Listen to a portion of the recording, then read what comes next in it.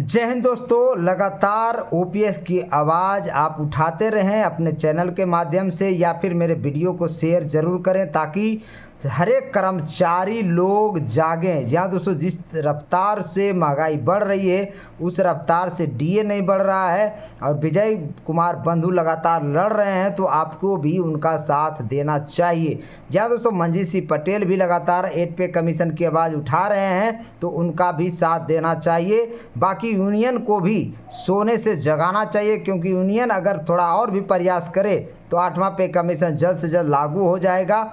लेकिन सरकार के जो लिखित जवाब आए हैं सांसद में, उससे लग रहा है कि और 2 साल लगेंगे। जी हाँ दोस्तों, आपको बता दें लगातार पुरानी पेंशन की भी मांग चल रही है और सरकार भी बोझ बता कर पुरानी पेंशन को हटा देती है आगे से।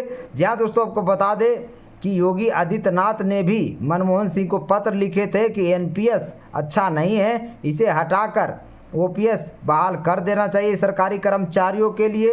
वो पत्र योगी आदित्यनाथ के पास भी है। जी हाँ दोस्तों, इसके अलावा कई सांसद हैं जिन्होंने नरेंद्र मोदी जी को भी पत्र लिखा पुरानी पेंशन बहाली के लिए, लेकिन कहाँ मामला अटक जा रहा है ये क्लियर नहीं हो पा रहा। जी हाँ दोस्तों, आपको बता दें जो बीजेपी के सांसद हैं वो खुद कर्मचारियों के पक्ष में लेटर प्रधानमंत्री नरेंद्र मोदी जी को लिखे हैं कि इनका पुरानी पेंशन बहाल कर देना चाहिए। जी हाँ दोस्तों, अभी आप हाल ही फिलहाल में देखे होंगे कि यूपीएस को देश भर के कर्मचारियों ने नकार दिया है। इसका मतलब है कर्मचारियों की नैतिक जीत हुई है और सरकार की नैतिक हार हुई है। जी हाँ दोस्तों, क्योंकि सरकार ने 3 बार लगातार डेट बढ़वाया, फिर भी 97% कर्मचारियों ने इसे नकार दिया यूनिफाइड पेंशन स्कीम को। और आपको बता दें अगर एनपीएस इनको बहुत ही अच्छा लोग बता रहे थे, 2004 से ही इनका गुणगान किया जा रहा था, कई यूनियन संगठन भी एनपीएस का गुणगान कर रहे थे, लेकिन उसका नतीजा क्या निकला आप देख रहे हैं कि जो अभी एनपीएस से रिटायर हो रहे हैं उनको बहुत ही कम पेंशन बन रहा दोस्तों। जी हाँ दोस्तों, यानी कि इतना पेंशन भी नहीं बन रहा है कि वो अपना घर का गैस सिलेंडर भी खरीद सके, क्योंकि एक गैस सिलेंडर का दाम करीब 900 रुपया अभी हो गया है। जी हाँ दोस्तों, तो आप खुद सोचिए अपना दवा कैसे चला सकते हैं। बुढ़ापे में वो कोई काम करने लायक नहीं रह जाते, इसीलिए एनपीएस किसी भी हाल में इस देश में ही नहीं रहना चाहिए।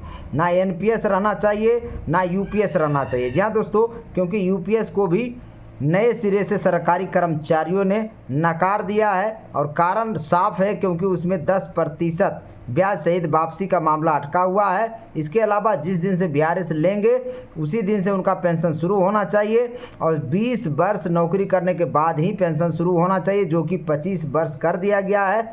आपको भी पता है कि कोई भी नया चीज़, कोई भी नया अमेंडमेंट आता है तो उसमें कुछ एडवांटेज जोड़ दिया जाता है। यहाँ तो आप सोच रहे हैं 20 साल को बढ़ाकर 25 साल कर दिया गया, तो कोई भी कर्मचारी इतना बुड़बक नहीं है दोस्तों, पढ़ा लिखा समाज है, वो नए सिरे से यूपीएस को नकार दिया। 10% ब्याज सहित वापसी का मामला भी पेंडिंग में पड़ा हुआ है। जिस दिन से वो बीआरएस लेगा उस दिन से भी मामला पेंशन का पेंडिंग में पड़ा हुआ है। जी हाँ दोस्तों, क्योंकि अगर कोई अर्धसैनिक बल मान लीजिए 20-22 साल नौकरी करके रिटायरमेंट लेना चाहता है, क्योंकि वो अपने माता पिता से, अपने बच्चों से, अपने फैमिली से कोसों दूर रहता है, उस केस में अगर वो बीआरएस लेना चाहता है 20 साल में तो वो नहीं ले सकता, 25 साल के बाद लेगा। और 25 साल के बाद भी अगर 25 साल में वो नौकरी में घुसता है और 25 साल और नौकरी करता है तो 50 साल के अगर वो रिटायरमेंट लेता है, बीआरएस लेता है, तो रिटायरमेंट उसका 60 वर्ष में पूरता है, तो 10 साल तक उसको पेंशन नहीं दिया जाएगा।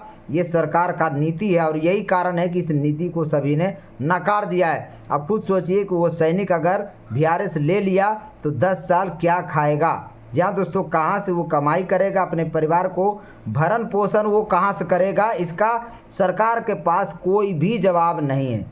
और जो लोग यूपीएस को बनाए हैं पता नहीं किस मूड से बनाए हैं, ये संदेहास्पद है, इस पे संदेह किया जा सकता है, क्योंकि उनका मूड क्या था, वो कर्मचारियों को कितना क्रश करना चाह रहे थे ये वही जाने। जहाँ दोस्तों, क्योंकि ऑलरेडी उनको पुरानी पेंशन सरकार देगी, क्योंकि 2004 से पहले का वो भर्ती हैं। 2004 के बाद वाले को लिए एनपीएस लागू कर दिया गया है, जो पूरी तरह से खराब है, पूरी तरह से बेकार है। और ये विजय कुमार बंधु ने पहले ही बता चुके हैं। जी हाँ दोस्तों, और यही कारण है कि यूपीएस को 97% कर्मचारियों ने नकार दिया है, कोई नहीं चूज किया है।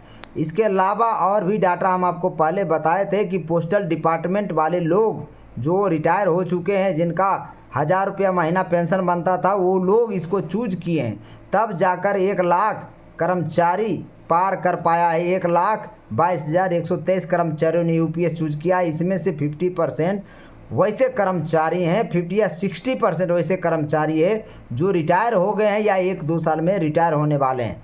तो आप खुद सोचिए कि सरकार का जो योजना था वो पूरी तरह से फेल हुआ है, यूपीएस को नकार दिया गया है। अब एनपीएस को भी लोग नकारना शुरू कर दिए हैं। कर्मचारियों को पुरानी पेंशन चाहिए तो चाहिए, मोदी सरकार को पुरानी पेंशन देना पड़ेगा, देना होगा, क्योंकि ये सामाजिक सुरक्षा की गारंटी लेता है, बुढ़ापे का लाठी का सहारा है, और सामाजिक आर्थिक रूप से किसी भी जो विकासशील देश होते हैं, जो कह सकते हैं कि जो थोड़ा सा वेलफेयर का काम करती है, उनके लिए ये ज़रूरी है कि अपने देश के कर्मचारियों, जिनके बलबूते देश आगे बढ़ रहा है, उनको प्रतिफल के रूप में पेंशन दे। ये उनका नैतिक कर्तव्य बनता है। अब मोदी साहब को सोचना है कि इस पे डिसीजन कितना जल्दी लें, और सबसे पहले पुरानी पेंशन अर्धसैनिक बलों को बहाल करें, फिर देश के तमाम सरकारी कर्मचारियों का, चाहे तो वो स्टेट का कर्मचारी हो, चाहे तो सेंट्रल गवर्नमेंट का कर्मचारी हो, सभी के लिए पुरानी पेंशन बहाल कर दिया जाए। जी हाँ दोस्तों, अब देखने वाला बात ये है, क्योंकि कई सांसद, ऐसा नहीं है कि सिर्फ राहुल गांधी, सिर्फ अखिलेश सिंह, बीजेपी के कट्टर नेता, जी हाँ दोस्तों, बीजेपी के कट्टर नेता भी कर्मचारियों को सहयोग कर रहे हैं। लेटर तक लिख रहे हैं प्रधानमंत्री मोदी जी को कि इन कर्मचारियों को सामाजिक सुरक्षा, पुरानी पेंशन बहाल कर दिया जाए। जी हाँ दोस्तों, लेकिन सरकार बार बार बोझ बताकर हट जा रही है, राजकोषीय घाटा दिखा दे रही है, और यही कारण है कि देश भर के तमाम कर्मचारियों में नाराज़गी सा हो गया है, नाराज़गी भर गया है। अभी 8वां पे कमीशन में भी काफ़ी लेट हो रहा है, ये भी एक नाराज़गी का वजह है। बाकी पुरानी पेंशन 20-22 साल से लड़ा जा रहा है, तो सरकार को भी सोचना चाहिए, ये कर्मचारी पीछे हटने वाले नहीं हैं, ये लगातार लड़ाई लड़ते रहेंगे, और एक दिन ज़रूर पुरानी पेंशन बहाल करवा कर ही दम लेंगे। जहाँ दोस्तों, आप लोग को भी हम विनती करते हैं कि इस वीडियो को शेयर करिए और लाइक करिए, और मेरे चैनल को सब्सक्राइब करिए, ताकि आपका आवाज़ और मुखर तरीके से हम देश दुनिया के सामने उठा सकें, क्योंकि पुरानी पेंशन बहाल होना काफ़ी ज़रूरी है आप लोगों के लिए। भविष्य का सुरक्षा अगर कहीं है, सामाजिक सुरक्षा कहीं है, वर्तमान से भविष्य तक सुरक्षा अगर कोई पेंशन प्रदान करती है, वो पुरानी पेंशन है। आपकी एनपीएस सिस्टम फंड बेस पे आधारित है, यूपीएस सिस्टम फंड बेस पे आधारित है। फंड आपका होगा तो पेंशन मिलेगा, फंड नहीं होगा तो आपको कुछ नहीं मिलेगा, और इसमें कोई भी प्रकार का कंट्रीब्यूशन नहीं होता पुरानी पेंशन में। इसीलिए सरकारी कर्मचारियों को सिर्फ और सिर्फ पुरानी पेंशन बहाल कर दिया जाए, इससे ज़्यादा कर्मचारियों को और कुछ नहीं चाहिए। जय हिंद, जय भारत।